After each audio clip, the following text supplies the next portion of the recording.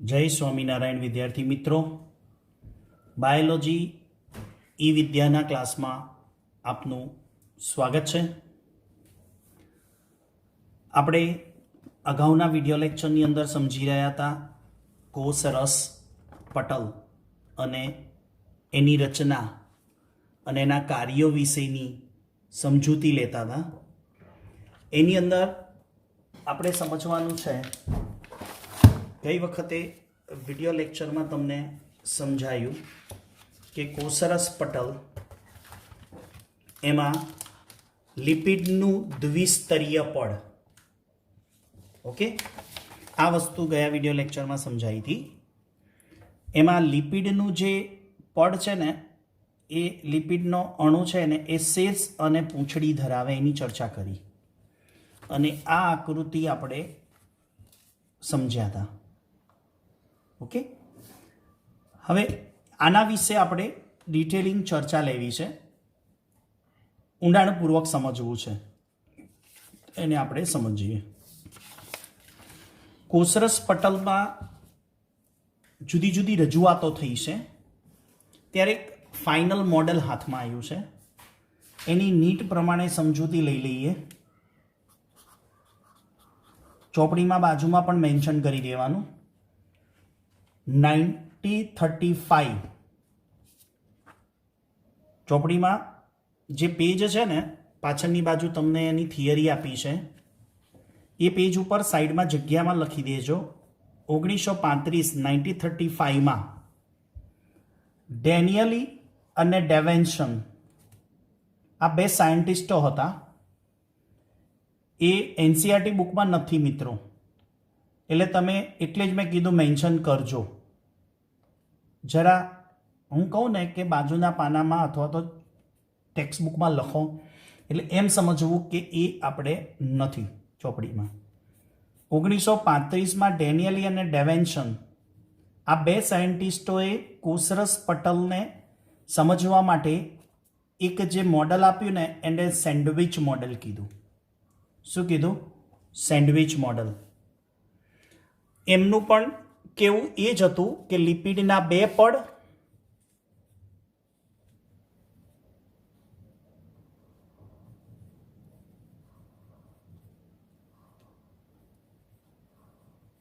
આવી રીતે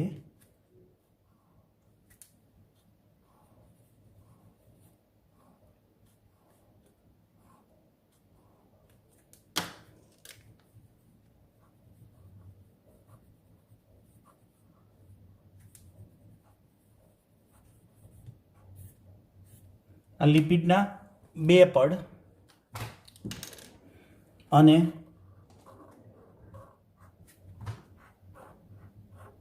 આ પ્રોટીનનું સ્તર. આને કીધું L1, આને કીધું L2 અને આને કીધું પ્રોટીન. આવી કંઈક રજૂઆત એ લોકોએ જે કરી 1935 ડેનિયલી અને ડેવેન્સને, એમનો વિચાર પણ એ જ હતો કે લિપિડના બે પડ અને પ્રોટીન આવેલું છે. એટલે નીટ માટે યાદ રાખવાનું છે ખાલી, ડેનિયલી અને ડેવેન્સન એમને જે આપેલું મોડેલ સેન્ડવિચ મોડેલ કહેવાય. ઓકે, હવે એ જ વસ્તુને આગળ જેને વિચાર આપ્યો 1959, એ પણ તમે મેન્શન કરજો, રોબર્ટસન. એ રોબર્ટસને જે કોષરસ પટલ વિશેની રજૂઆત કરી એને એકમ પટલ સંકલ્પના કહેવાય. પેલાને ઇંગ્લિશમાં સેન્ડવિચ મોડલ જ કહેવાય, આને એકમ પટલ સંકલ્પના એટલે કે ઇંગ્લિશમાં એવું કહેવાય કે મેમ્બ્રેન યુનિટ મેમ્બ્રેન હાઇપોથિસિસ. આવી રીતે એને રજૂઆત કરી. ગુજરાતીમાં આપણે એને એકમ પટલ સંકલ્પના કહેવાય. આ બે વસ્તુ ચોપડીમાં નથી. એટલે આ 1935 વાળી વાત અને 1959 વાળી વાત આ સંશોધન છે. પછી ડેનિયલી ડેવિન્સનના સેન્ડવિચ મોડલ ઉપર રિસર્ચ કરી રોબર્ટસને. તો રોબર્ટસને જે કોષરસ પટલની માહિતી આપી, હાઇપોથિસિસ આપી, એને એકમ પટલ સંકલ્પના બોલાય. ત્યાર પછી 1972 1972 જે ચોપડીમાં આકૃતિ આપી છે 3D એ છે સિંગર અને નિકોલસનનું ફ્લુઇડ મોઝેઇક મોડેલ. શું કહેવાય? ફ્લુઇડ મોઝેઇક મોડેલ કહેવાય. એટલે દરેક સાયન્ટિસ્ટે જે પણ કોષરસ પટલની માહિતી આપી હોય ને, રજૂઆત કરી હોય ને, એના વિશે એને પોતે મોડેલ આપ્યું હોય. ડેનિયલ ડેવિન્સનનું સેન્ડવિચ મોડેલ, રોબર્ટસને આપી એકમ પટલ સંકલ્પના, અને ફાઇનલી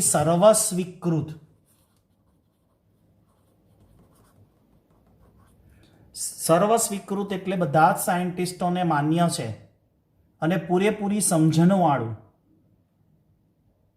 સિંગર અને નિકોલસન બે સાયન્ટિસ્ટોએ ભેગા મળી અને એક મોડેલ રજૂ કર્યું, ફ્લુઇડ મોઝેઇક મોડેલ.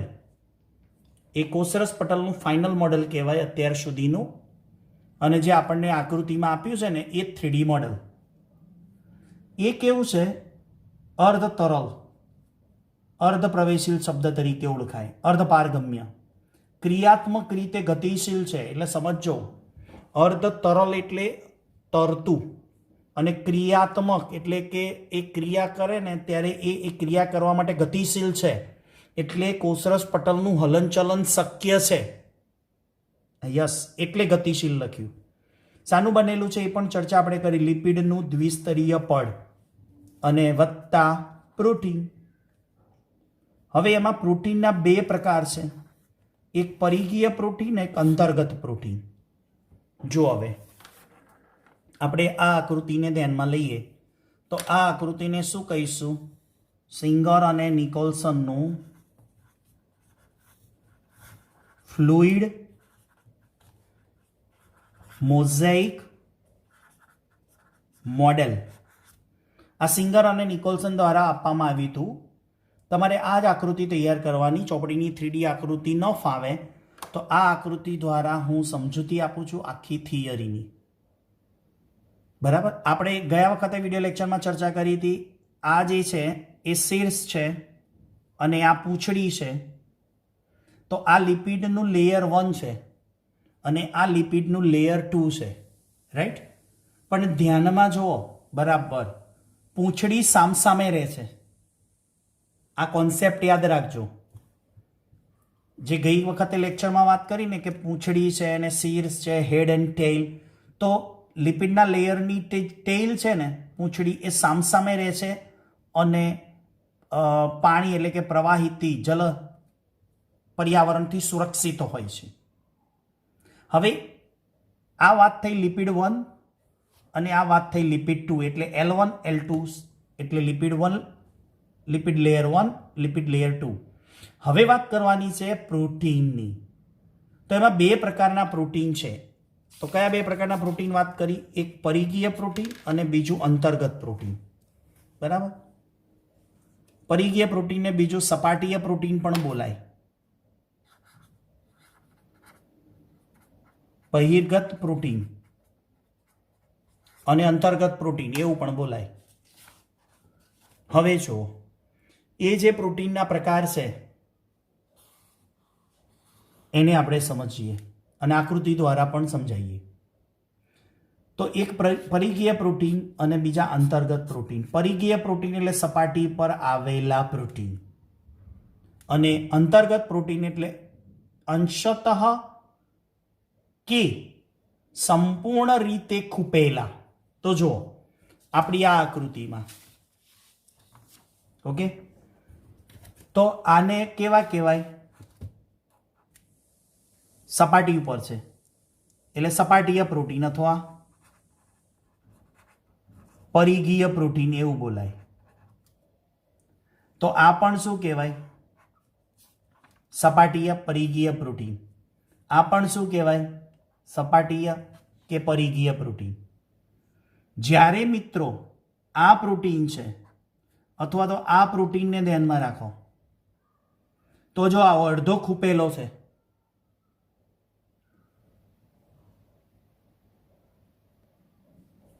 તો આ જે પ્રોટીન છે એ અડધો ખૂપેલો છે. જો એટલે એને કહેવાય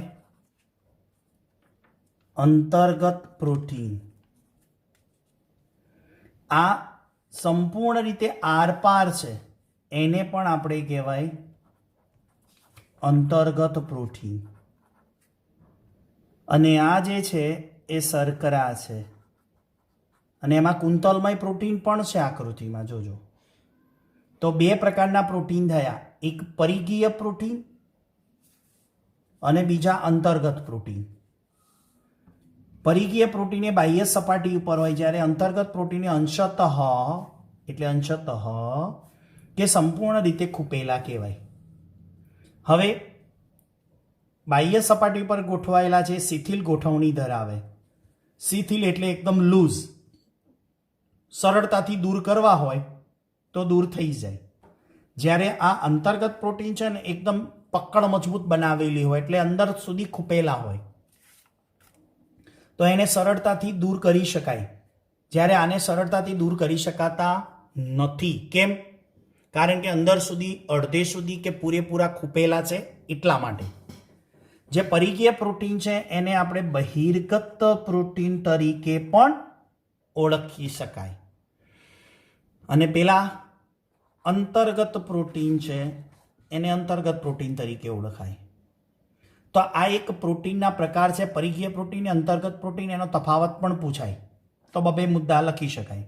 પાણીમાં દ્રાવ્ય પદાર્થોના માર્ગ બને છે. આ જે અંતર્ગત પ્રોટીન છે, આ જુઓ અંતર્ગત પ્રોટીન છે, એક આ કોષની આપણે સમજીએ આઉટસાઇડ છે, ઓકે, કોષની બહાર, અને આ કોષની ઇનસાઇડ છે. કોઈ પણ દ્રવ્યને કોષની અંદર અથવા બહાર અવર જવર કરવી છે તો એ કોનો ઉપયોગ કરશે? અંતર્ગત પ્રોટીનનો ઉપયોગ કરશે. તો આ અંતર્ગત પ્રોટીન જે અડધા ખૂપેલા હોય કે પૂરેપૂરા સંપૂર્ણ આરપાર હોય ને, એના દ્વારા કોઈ પણ દ્રવ્ય ઇન ટુ આઉટ અને આઉટ ટુ ઇન એટલે વચ્ચેના એક માર્ગ બનાવે છે. એટલે પ્રોટીનનું કાર્ય આવશે. એટલે પ્રોટીન, અંતર્ગત પ્રોટીન જે પાણીમાં દ્રાવ્ય પદાર્થોનો માર્ગ બને. હવે લિપિડ વિશે થોડી ચર્ચા કરીએ.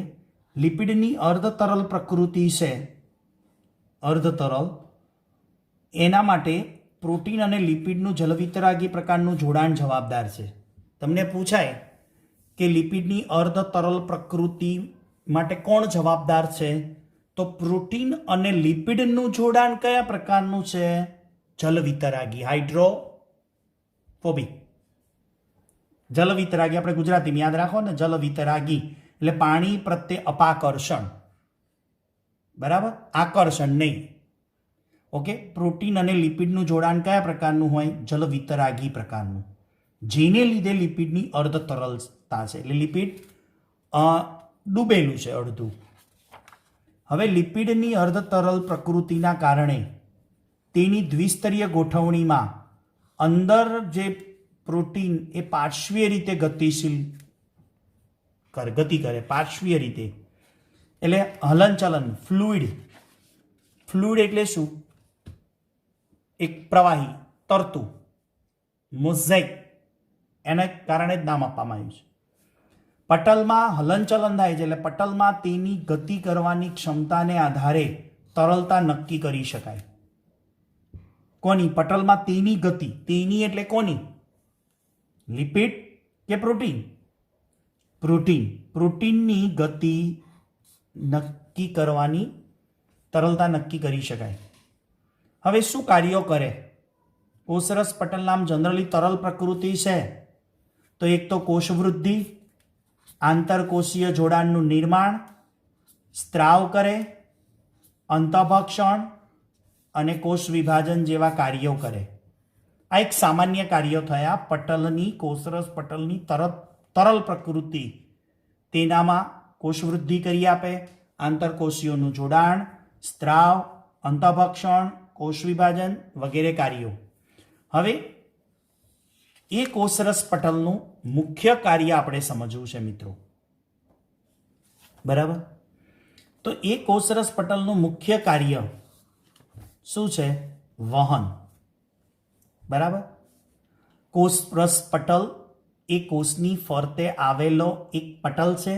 એટલે કોઈ દ્રવ્યને કોષની અંદર આવવું છે, કોઈ દ્રવ્યને કોષની બહાર જવું છે. આઉટ ટુ ઇન અને ઇન ટુ આઉટ. પણ કોષરસ પટલ કેવી રીતે કાર્ય કરશે? તો એના વહન છે. એ વહનના બે પ્રકારમાં છે. એક નિષ્ક્રિય વહન અને બીજું સક્રિય વહન. એક એક્ટિવ ટ્રાન્સપોર્ટ અને બીજું પેસિવ ટ્રાન્સપોર્ટ. ઇંગ્લિશમાં એવું કહેવાય પેસિવ અને એક્ટિવ. એટલે આપણે એને ભેદને સમજીશું. નિષ્ક્રિય અને સક્રિય વહન એટલે શું? ઓકે, જો અહીંયા શું કર્યું છે, મેં એક આઈડિયા આપ્યો છે તમને. સામાન્ય રીતે અહીંયા શું બનાવ્યું છે, વધુથી ઓછા તરફ. ઓકે, એટલે વધુ સાંદ્રતાથી ઓછી સાંદ્રતા તરફ. એટલે કોષરસ પટલની અંદર જે કોઈ દ્રવ્ય છે એ દ્રવ્ય પોતાની વધુ સાંદ્રતાથી ઓછી સાંદ્રતા તરફ ગતિ કરે. ઓકે, તો વધુ સાંદ્રતાથી ઓછી સાંદ્રતા તરફ, તો એ કયા પ્રકારનું વહન કહેવાય? મંદ વહન, પેસિવ ટ્રાન્સપોર્ટ. જ્યારે અહીંયા જુઓ ઓછાથી વધારે તરફ વહન છે. એટલે કે જે દ્રવ્ય ઓછું છે ત્યાંથી વધારે તરફ વહન થાય તો એને સક્રિય વહન કહેવાય. તો આને કહેવાશે ઢોળાંશની દિશામાં. તો ઢોળાંશ આ દિશામાં છે અને ઢોળાંશ આમ છે, તો આને શું કહેવાય? ઢોળાંશની વિરુદ્ધ દિશામાં. ઢોળાંશની વિરુદ્ધ દિશામાં.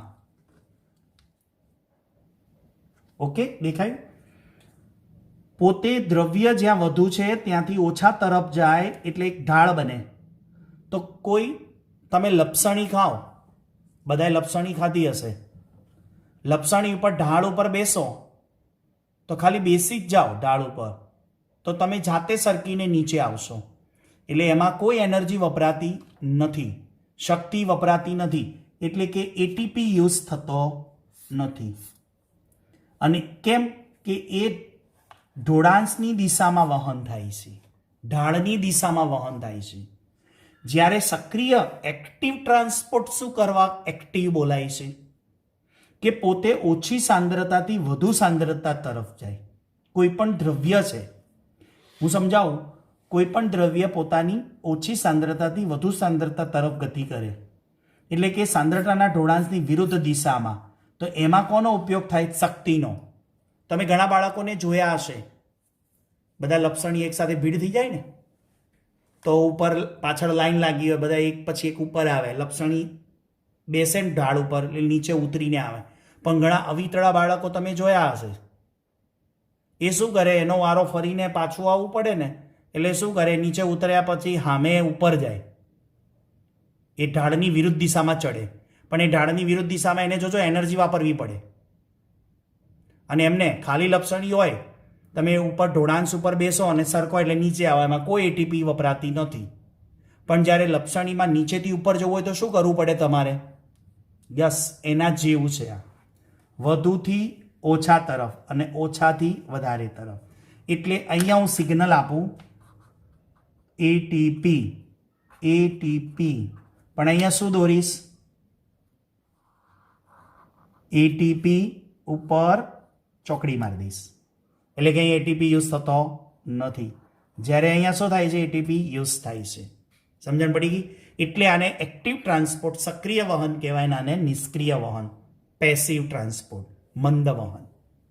સમજાઈ ગયું મિત્રો? આ કોષરસ પટલનું મુખ્ય કાર્ય છે વહનનું. હવે જુઓ અહીંયા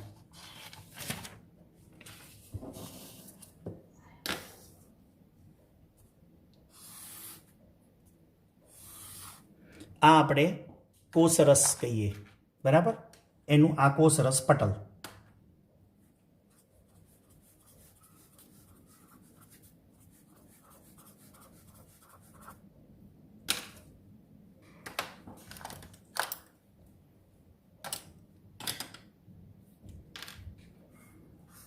આ પૂંછડી,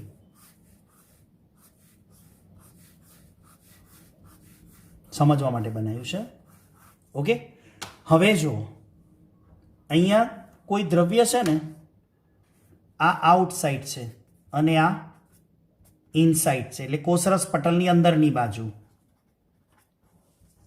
અને આ કોષરસ પટલની બહારની બાજુ. ઓકે,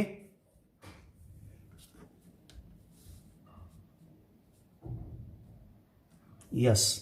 હવે કોઈ દ્રવ્ય હમણાં કીધું વધારેથી ઓછા તરફ, તો આ દિશામાં આવે, તો આ શું થયું? વધુથી ઓછા તરફ. હવે અહીંયા કોઈ દ્રવ્યના અણુઓ છે ને,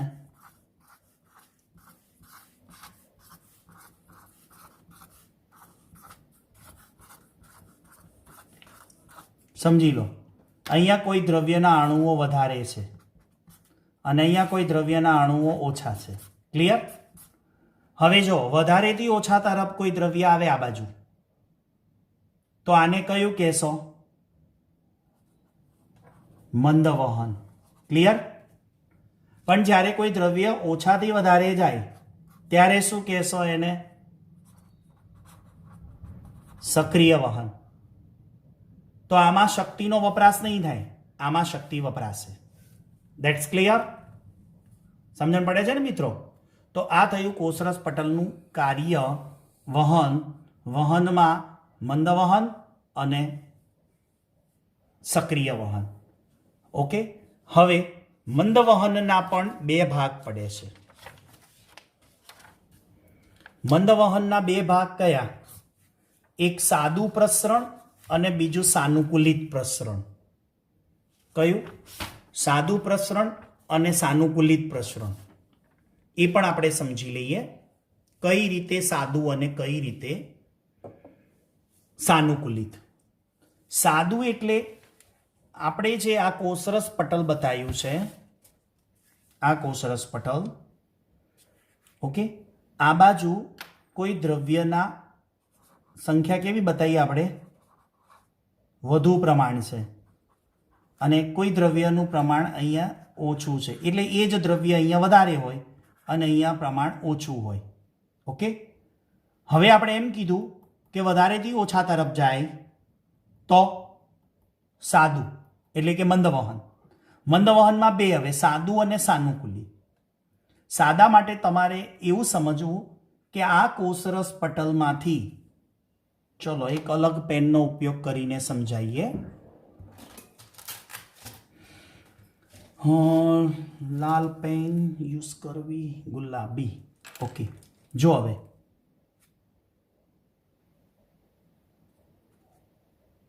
ઓકે, આ નહીં, આ બી નહીં. ચલો આપણે રેડ પેન જ આપણે યુઝ કરીશું અહીંથી. હવે જો અહીંયા સાદું પ્રસરણ એટલે ઓક્સિજન અને કાર્બન ડાયોક્સાઇડ જેવા દ્રવ્યો છે ને, એ જુઓ આ પસાર થઈ ગયા.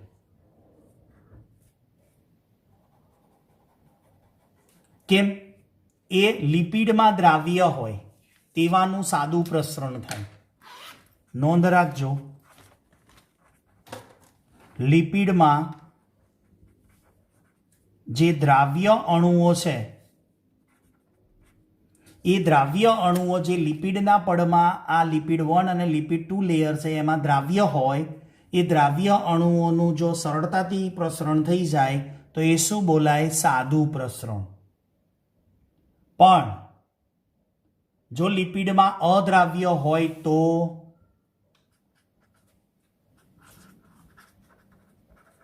લિપિડમાં અદ્રાવ્ય હોય તો શું થાય?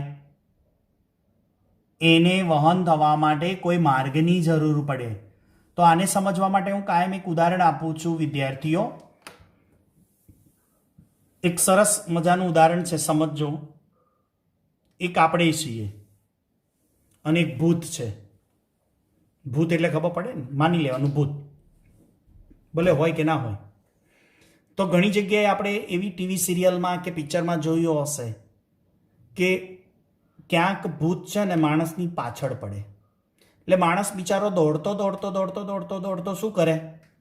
ભૂતથી બચવા માની લો એને એક ઘર મળ્યું, તો પોતાના ઘર સુધી પહોંચી ગયો કે અન્ય કોઈ ઘર મળ્યું કે કોઈ રૂમ મળ્યો, તો એ વ્યક્તિ શું કરશે? માણસ દરવાજો ખોલી દરવાજામાં થઈ અને અંદર જતું રહેશે, દરવાજો બંધ કરી દેશે. એટલે એને એમ કે હું અંદર આવી ગયો, હવે ભૂત નહીં આવે. પણ ભૂત જોયું છે ને શું કરે છે? દિવાલમાં થઈને જતું રહે. તેનો અર્થ કે ભૂત દિવાલમાં શું છે? દ્રાવ્ય છે. અને માણસ દિવાલમાં શું છે? અદ્રાવ્ય. બસ, દિવાલ એટલે કોષરસ પટલ, માણસ એટલે અદ્રાવ્ય અણુઓ અને ભૂત એટલે દ્રાવ્ય અણુઓ. તો દ્રાવ્ય અણુઓ કોષરસ પટલમાંથી સરળતાથી પસાર થઈ જાય તો એને આપણે કહીએ છીએ સાદું પ્રસરણ, સિમ્પલ ડિફ્યુઝન. એને ડિફ્યુઝન શબ્દ આપ્યો છે ઇંગ્લિશમાં. અને સાનુકૂલિત પ્રસરણને શું કીધું છે? સાનુકૂલિત વહનને શું કીધું છે? ફેસિલિટેડ. શું ફેસિલિટી? સાનુકૂલિત, ફેસિલિટેડ ડિફ્યુઝન. આપણને પસાર થવા માટે દરવાજાની જરૂર પડી, તો અદ્રાવ્ય અણુઓને પસાર થવા માટે કોની જરૂર પડશે? અદ્રાવ્ય અણુઓને પસાર થવા માટે કોઈ રસ્તો જોઈશે ને, તો એ રસ્તો એટલે આપણે અંતર્ગત પ્રોટીન. તો જો અહીંયા વધુથી ઓછા તરફ આ મંદ વહન છે, એટલે વધુથી ઓછા તરફ જ થાય. યાદ રાખવાનું, સાદા પ્રસરણમાં એક કોન્સેપ્ટ, સિદ્ધાંત તો એ જ, પણ સાનુકૂલિત એટલે લિપિડમાં અદ્રાવ્ય છે ને, એટલે એમને આવા અંતર્ગત પ્રોટીનની જરૂર પડશે. તો આ અંતર્ગત પ્રોટીન શાના માટે જરૂર પડ્યો? વાહક પ્રોટીન તરીકે. કે આ જે અણુ છે, આ બાજુ વધારે અણુઓ છે,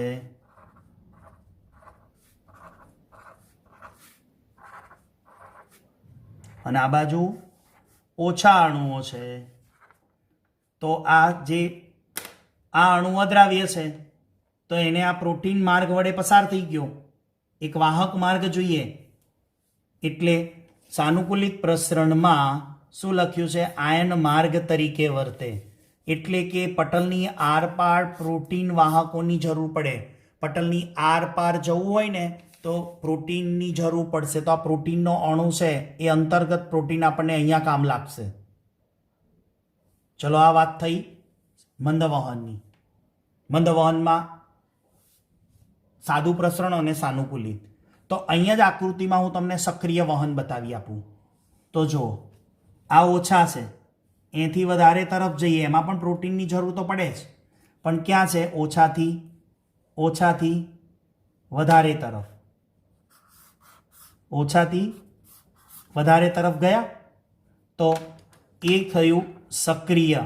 તો આને આપણે કહીશું એક્ટિવ ટ્રાન્સપોર્ટ. શું કહીશું? Active transport. અને આ જે વધુથી ઓછા તરફ છે એ કયું? અને આ બીજું સાદું, તો આને કયું પ્રસરણ કહીશું? પેસિવ ટ્રાન્સપોર્ટ, એટલે પી.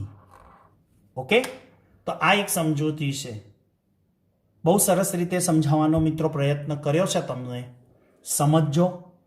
છતાંય આ થિયરી બેઠી એમના એમ ચેપ્ટર નંબર 11માં તમને ફરી શીખવાડવામાં આવશે.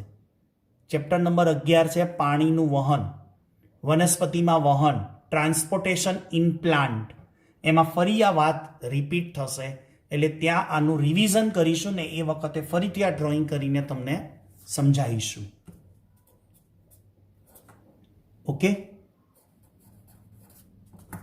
ચલો, આ વાત થઈ કોષરસ પટલ એના કાર્યની.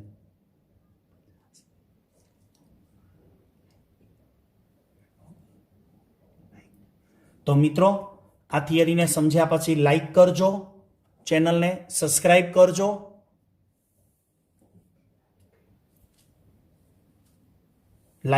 સબસ્ક્રાઇબ કરજો અને થિયરીને સમજવાનો પ્રયત્ન કરજો. અને કોઈ કન્ફ્યુઝન એરર હોય તો આપણે ઓનલાઈન બીજું પ્લેટફોર્મ ઝૂમ ઉપર જ્યારે ભેગા થઈએ ત્યારે પૂછી લેજો. તો આવતા વિડીયો લેક્ચર સુધી સૌને જય સ્વામિનારાયણ.